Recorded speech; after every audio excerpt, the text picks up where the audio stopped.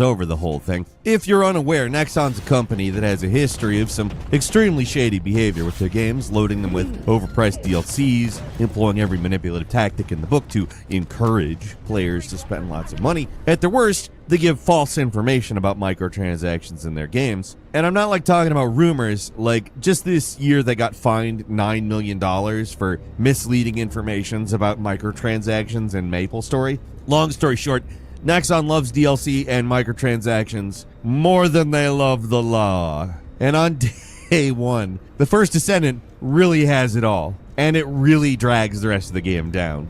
So what's it actually like to play? Well, first, you pick one of 3 starter Descendants. There's playable characters that have their own special abilities, passive strengths, and weaknesses. So yeah, they're warframes with more of an intentionally mainstream appeal. The story's nonsense right from the start, throwing words like Vulgus and Ironheart out there. How long before we get to Chiblib and Debendu? I don't know. Those are words I just made up off the top of my head, and they sound similar to Vulgus in terms of seriousness. Thankfully, none of this stuff really matters, and it's fairly easy to ignore outside the lavish cutscenes I mentioned, which do look good, but it is impossible to care about this plot or any of these characters. The voice acting ranges from serviceable to straight up goofy. The dialogue is fairly stilted and awkward, and the characters are, they look nice. Whenever somebody's talking, it's better to just ignore it. Yeah, apply that here. None of it matters anyway. Well, most of the time, at least. Because when the terrifying alien warlord Greg starts talking, you better sit up and listen. Seriously, the first boss is named Greg.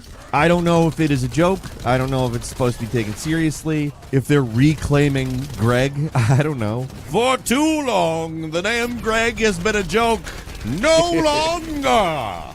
Who knows, man? All that really matters is the big quest markers. You follow those and you're good to go. The game is split between instance linear missions and more open patrol zones that are less like the gigantic open areas of Warframe and more like the smaller open areas in something like Destiny. Whether you're in a mission or a zone, you're basically doing the same thing, chasing after quest markers and mowing down brainless swarms of enemies. Sometimes you need to defend a point or pick up a thing and take it to another thing, but it's all basic variations on the same sort of team-based objectives we're all used to seeing in free-to-play games. One thing that the First Descendant has going for it is that all this stuff is fast, especially in a group. You're free to run missions or enter a zone privately with your friends or by yourself. You're not forced to enter the public lobby if you don't want to, but in this game's case, I've found that playing with others is where I had the most fun. The basic gameplay is satisfying, but at least from everything I've played, it's also incredibly easy too. There's not really any danger of dying at any point. And while there is a hard option, you only unlock it after finishing the base campaign, and it's less of a hard mode and more of a way for higher level players to continue grinding. Everything's just level 100 instead of 10. There's a decent variety of guns to choose from, and like with Destiny, you got 2 normal guns, 1 power weapon that has more limited ammo. Between all the shootings, you're popping off powers like shooting ice shards or creating localized blizzard. Depending on your Descendant, your powers are completely different. There's more defense-oriented ones that can summon shields, more support-oriented characters that can bring in ammo boxes. If you played enough hero shooters or Warframe, you've seen all this before, but there is a clever ability every once in a while. Like the Ice Girl has the power to leave ice slicks wherever she moves, so you can draw circles around certain areas to slow attackers up, which is kind of unique and cool. It's fun in a brainless sort of way, at least until you run into a total bullet sponge of a boss and your entire team runs out of ammo, so they're forced to slowly plink away at the boss with a tiny amount of ammo they can scrounge off random ads. There's no chance anyone's gonna die, even in this situation, so it's kind of more annoying than anything else, and that's the game more or less. You run missions, you go into a zone. I don't know if you find Kanye West there or not. I don't know if they let him get in his zone anymore. But once you're there, you talk to a quest giver who will tell you to do 3 or 4 patrol-style objectives in each zone. You do those, you go back, you either unlock a new mission, or you do some more patrols in a different area from the zone. You rinse and repeat for a total of 8 zones. While you're doing this, the game is showering you with loot. As usual for these types of online games, there's a lot of little modifiers and upgrades for this stuff, and it starts to all run together a bit. But with the First Descendant, all that really matters is that you can switch to the stuff with the highest DPS, because you're easily going to steamroll everything with anything less than a level 100. It's all a little more difficult if you choose to play by yourself, but there's little reason to do the game solo because you're not you're not missing a lot. There's no side paths or secrets in the missions or in the open world. Just a backdrop to shoot up enemies and nothing more. Overall, there's not a lot of variation in mission design. The only things that add variety are a decent amount of enemies and the Colossus bosses. Probably the most fun I had in the game was fighting the Colossi. These really big machine enemies, and when I say big, I mean gigantic. You fight them in missions called Void Intercepts. They have their own weak points. You grapple onto them. Oh yeah, there is a grappling hook, mostly for getting around. It's useful enough, but this game doesn't have the speed or movement text of a game like Warframe, so there's not a lot other than for getting quickly around the environment. Anyway, the Colossi, with a full team, these are fun fights. And they give the game a sort of sci-fi Monster Hunter kind of energy. Honestly, I'd be happy if fighting these things was the main focus. Just make a sci-fi Monster Hunter. Cool. I'd be good. The first time you throw down one of these big beasts, it's really exciting. I don't know why you're always fighting them in these weird cyberspace arenas, but the fights are fun. They're an important part of the game, too, because killing these things is mainly how you get blueprints to unlock new descendants. If you played Warframe, they pretty much copy that system whole cloth. You have to get a ton of in-game resources from different missions or Colossi. You spend a bunch of in-game money to unlock them, and then you wait a while for the research to complete. The tutorial descendant you unlock only takes a minute to research, but most of them take 16 hours or more, which I guess is better than the 3 days in Warframe, but it's still a long time. Getting these characters in-game is... I don't want to play that. That sounds like a big waste of time. It looks fun though.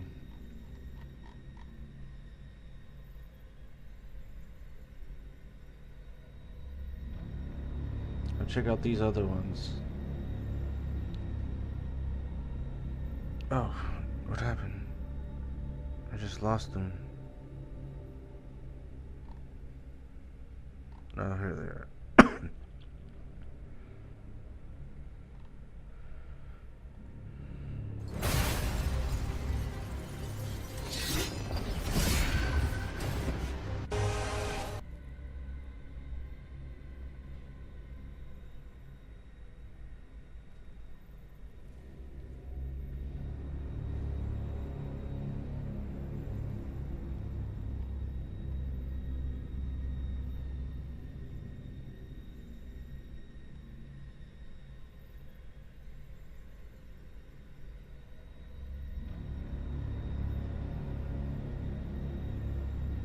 Ooh.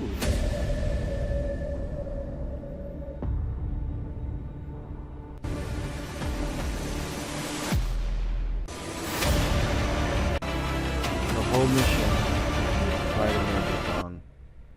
That's all I would really care about.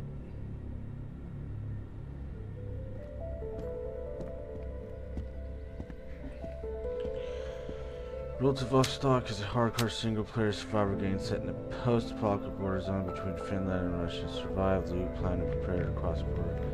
Blah, blah, blah, blah. Sounds very boring. Very, very boring. Sounds like a game I've already played before.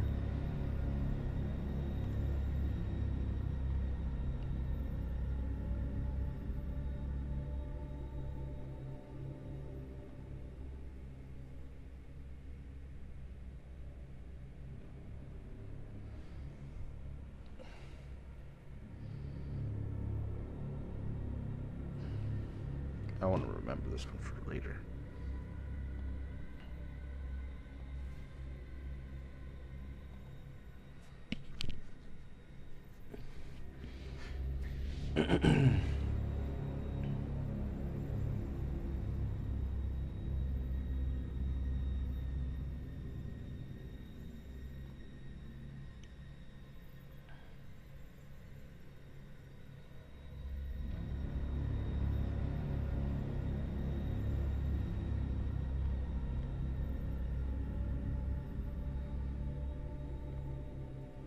What I want is time. What I want is time. This game is new. Growing Martian zones force the Thalassic Federation.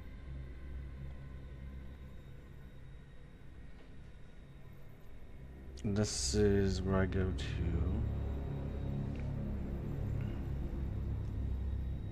Mecha Break.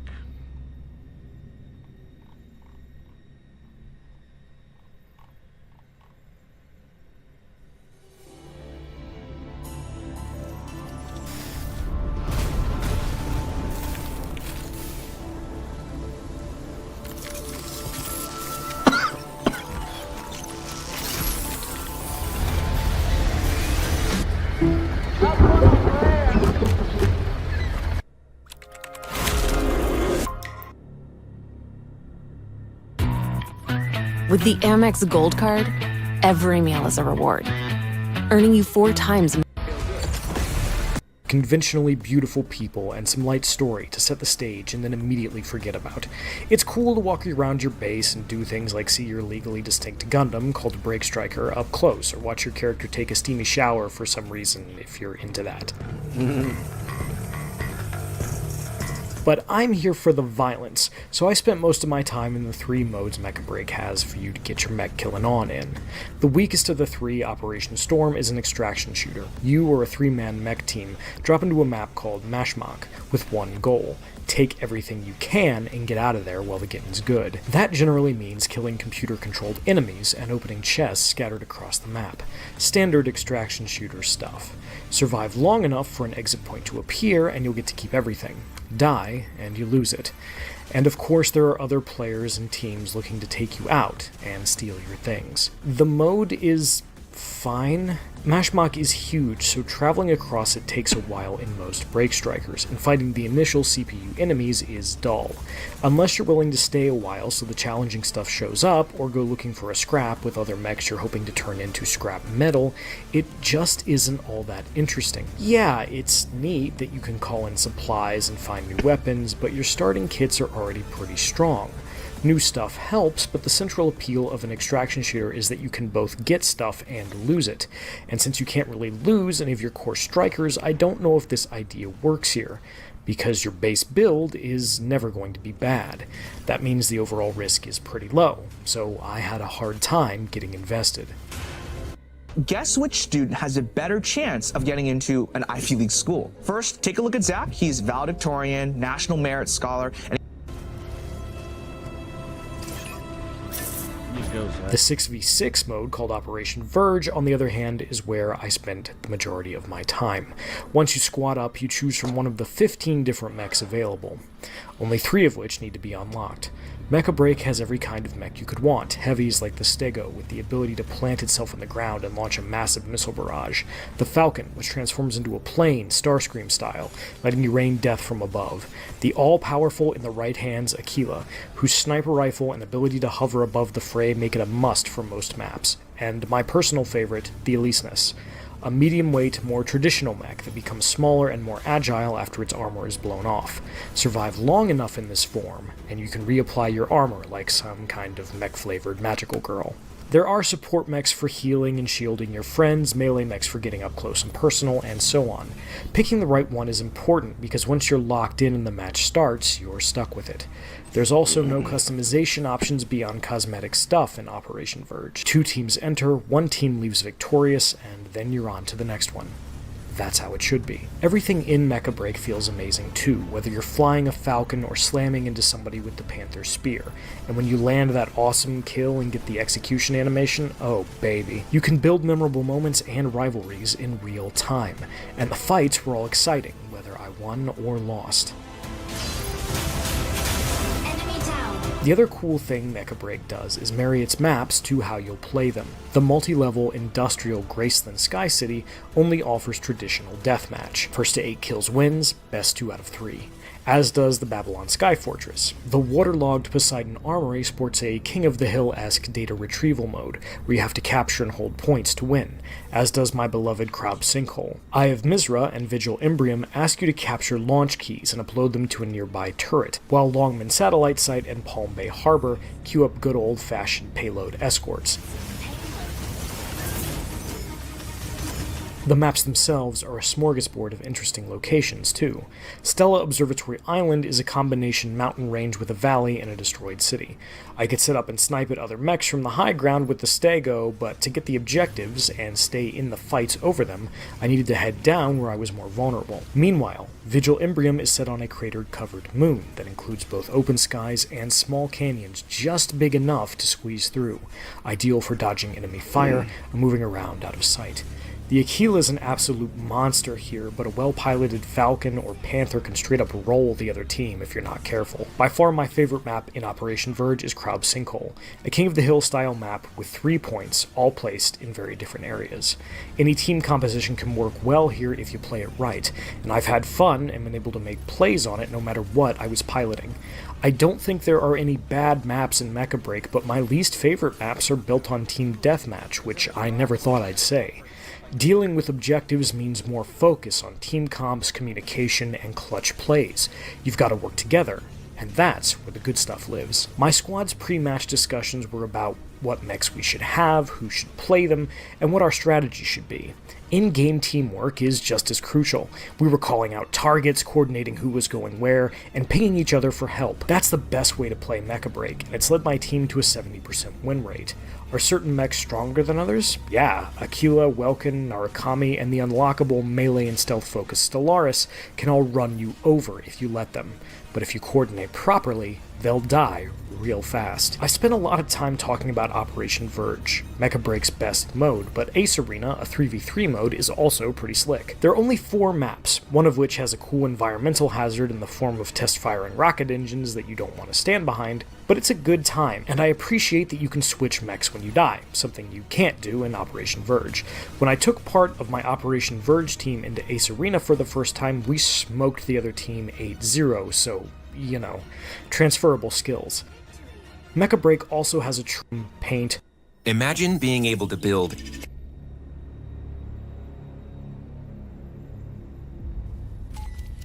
Growing Martian zones force the Thalassic Federation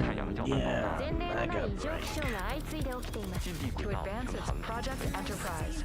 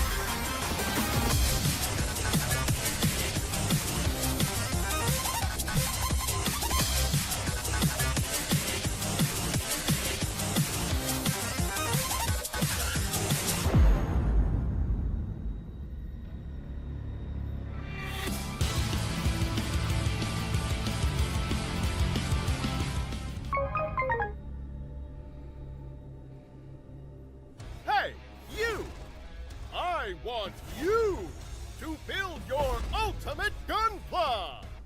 Welcome to Gundam Breaker 4! Here you can build, battle, and show off your gunpla. Gunpla.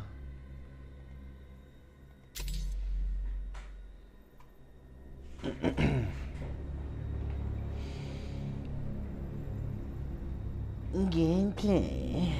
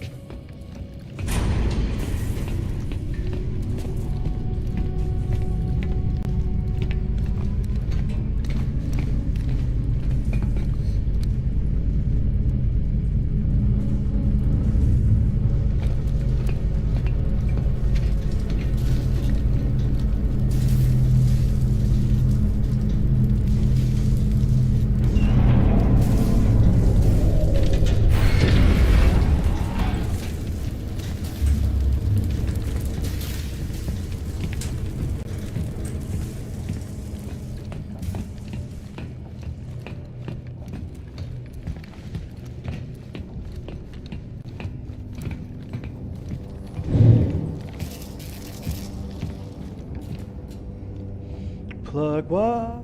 I can make a plug talk.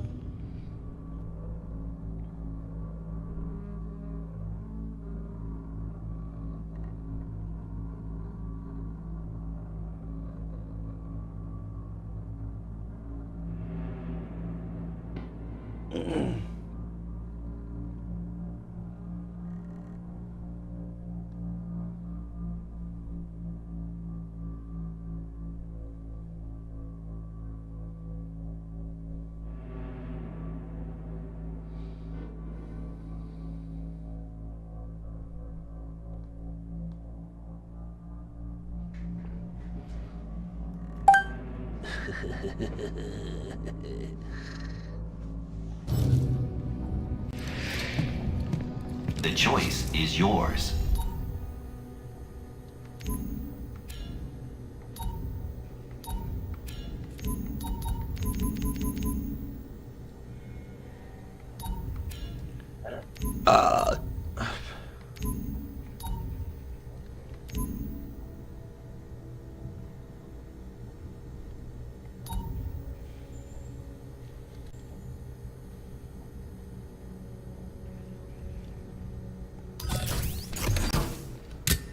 Stand by.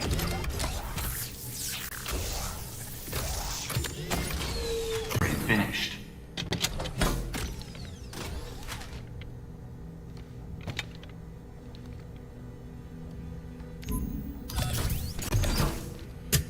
Excellent choice.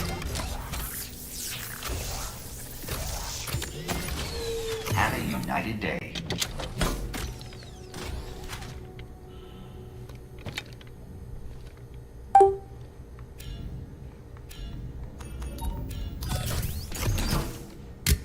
UJC printing, the highest quality. Cycle complete.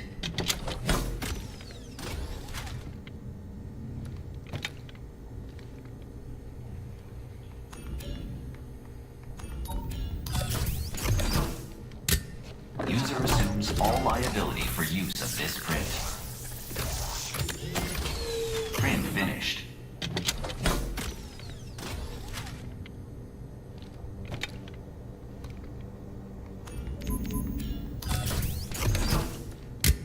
Executing.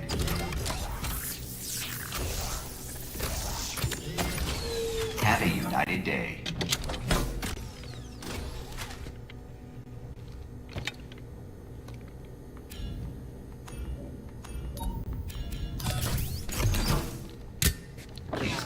operate responsibly. Cycle complete.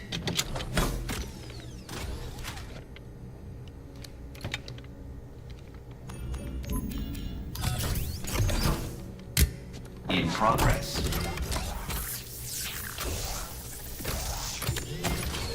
Print finished.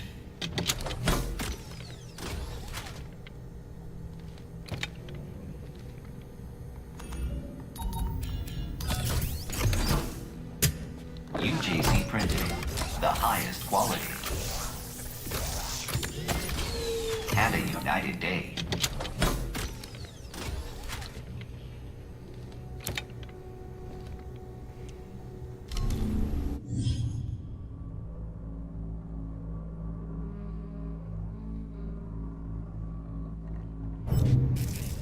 Unit online. Excellent choice.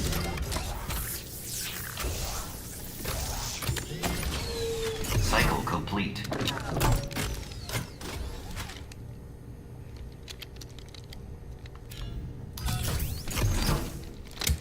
Please operate responsibly. Print finished.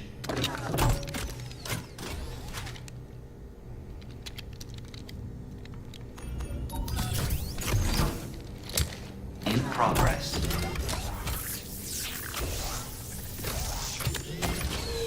Have a united day.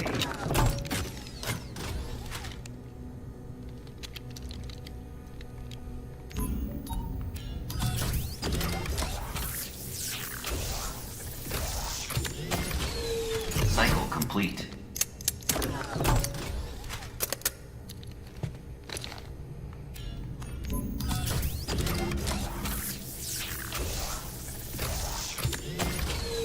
Print finished.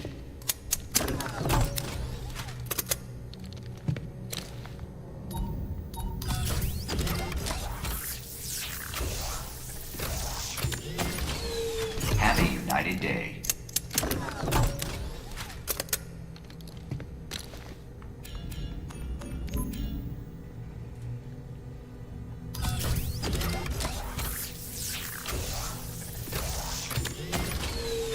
Cycle complete.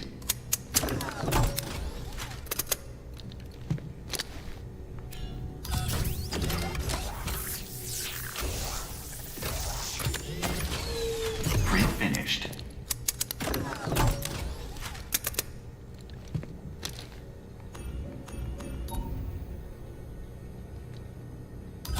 Please operate responsibly.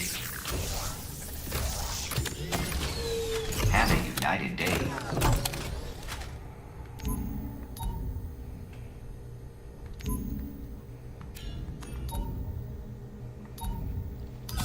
Stand by. Cycle complete.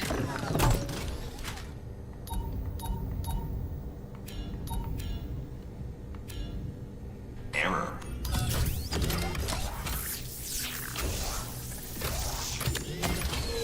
Print finished.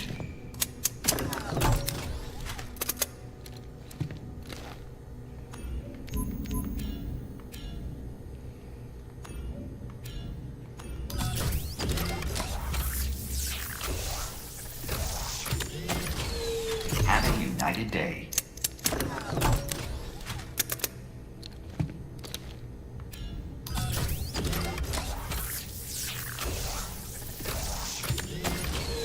Cycle complete.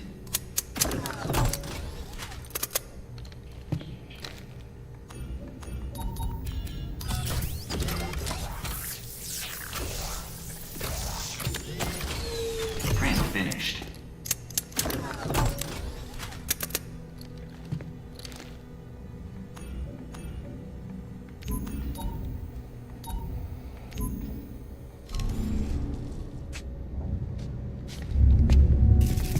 UJC Printing for all your needs.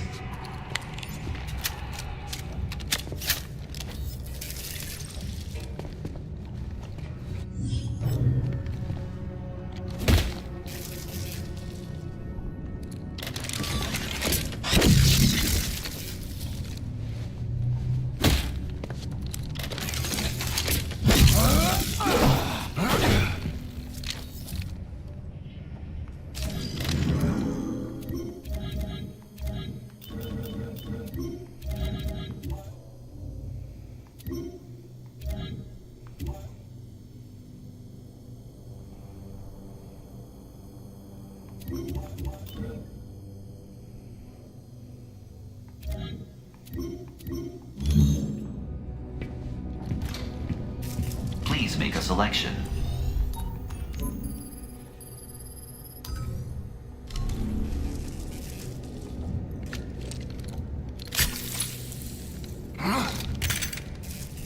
UJC Printing at your service.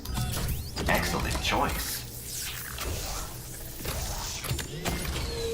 Have a united day.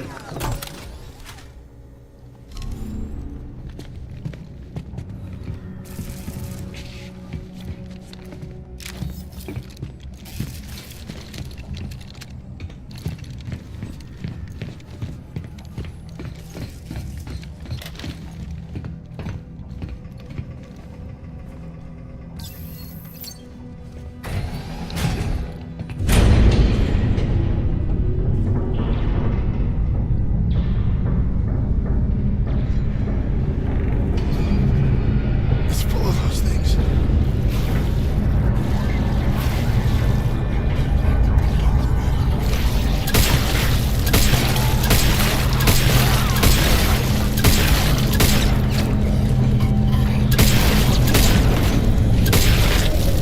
Right. Now you need to find a way to turn the power back on in there. Yeah, I'm looking.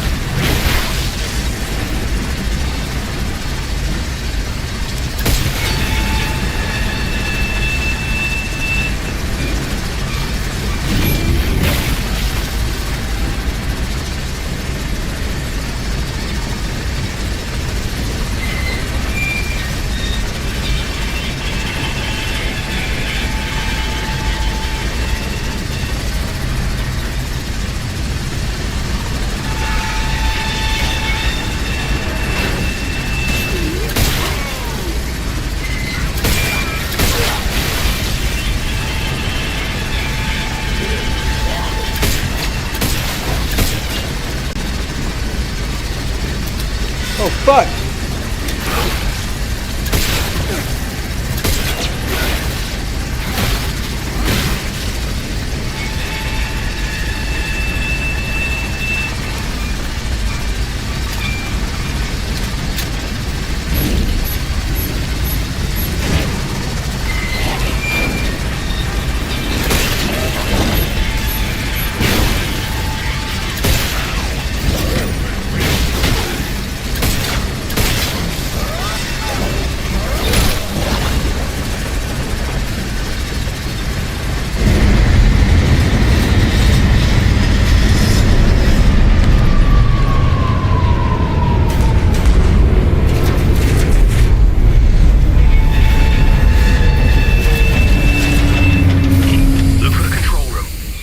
Rotate the structure to reach the cell.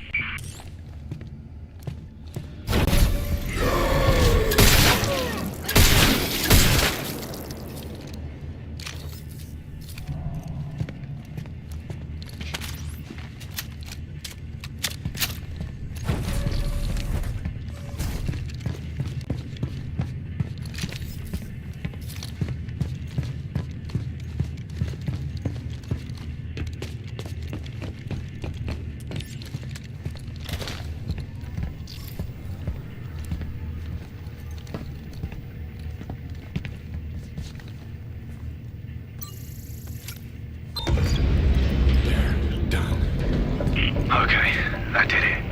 Now get to the control panel so you can open that cell. On my way. Unit online. UJC printing, the highest quality. Cycle complete.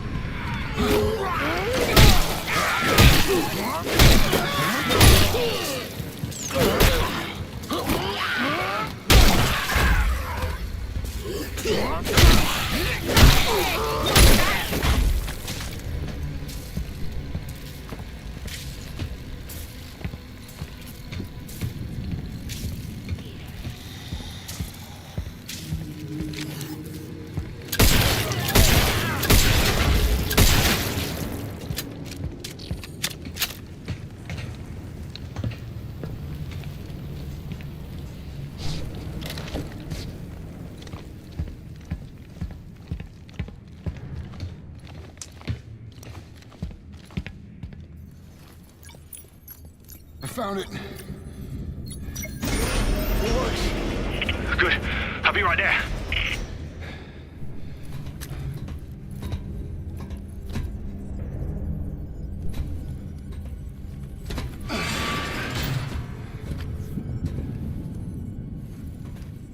Elias, are you sure this is the right one? Get me out of here! What are you doing here? What the hell is going on? Did you know it was her? Is this who we're looking for? Yeah, look, I just knew it was someone who could help us, all right? And why would I help you? Well, look, I've been here forever. Right, I've got all the information on this place, and I can get us to the hangar. All right, now you can call down a shuttle, and he can fly it out. Look, we can do this. We just gotta stick together, all right? Thanks. I'll take my chances. A word of advice, though? Don't trust him. He's not what he seems. Alert. Emergency lockdown in progress. Elias! I swear, Jacob, I had no idea who she was. I thought you knew everything about this place. Yeah, I thought I did too. So what now? Now you're trapped in there until the cell docks, which means I can get on the tram, but you can't. Figures. Look, it's okay. I need you to go to waste processing, all right? Contact me once you're there. Data transfer complete. Wait, the hell is that? It's just a little something to help you out. Just trust in the plan, yeah? I'll see you soon.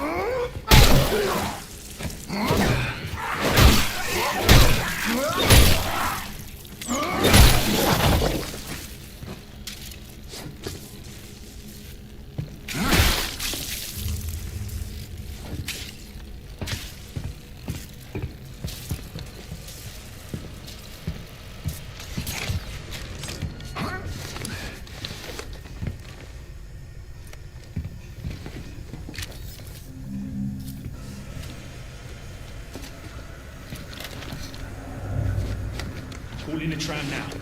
You're gonna have to sneak out the way you came in. Look for a vent in the far corner.